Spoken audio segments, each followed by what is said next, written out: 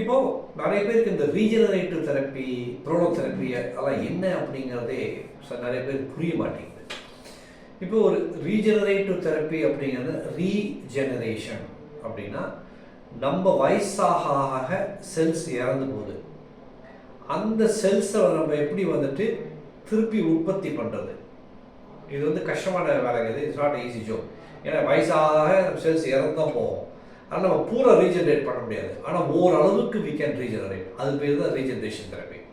இதில் இந்த knee joint pain, shoulder pain, back pain, இந்த மாதிரி பெயின்ஸ்லாம் ரீஜெனரேட்டிவ் தெரப்பி ரொம்ப நல்லாவே யூஸ் ஆகும், நல்லாவே யூஸ்ஃபுல்லாக இருக்கும்.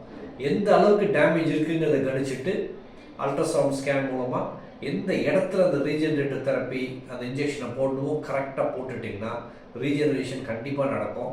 உங்களுக்கும் அதை தவிர்த்து மற்ற ட்ரீட்மெண்ட் ஆப்ஷன்ஸை சேர்ந்து கொடுக்குறப்போ ரீஜெனரேஷன் இன்க்ரீஸ். இதுதான் ஒரு கம்பைன்ட் ரீஜெனரேட்டிவ் தெரப்பின்னு பேர். இதை பற்றி மேற்கொண்டு தெரிஞ்சுக்கணும்னு ஆசைப்பட்டீங்கன்னா contact GTS centre for wellness.